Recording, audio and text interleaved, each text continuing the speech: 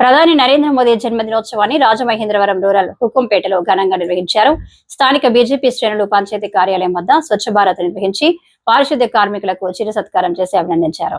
ఈ కార్యక్రమంలో బీజేపీ జిల్లా ఉపాధ్యక్షుడు తనబుద్ది సూర్యభాస్కర్ రావు, మండల అధ్యక్షుడు మట్టా నాగబాబు, స్థానిక నాయకులు పోతురాజు శ్రీనివాస్, సిద్ధాని వెంకట్, ముద్రగడ సూర్యచంద్రప్రసాద్ తదితరులు పాల్గొన్నారు. రావిచెట్టు సెంటర్ వద్ద జరిగిన సమావేశంలో ప్రధాని మోదీ అమలు చేస్తున్న సంక్షేమ అభివృద్ధి కార్యక్రమాలను ప్రజలకు వివరించారు. ప్రధాని మోదీ స్ఫూర్తితో దేశాభివృద్ధిలో అందరూ భాగస్వాములు కావాలని పిలుపునిచ్చారు.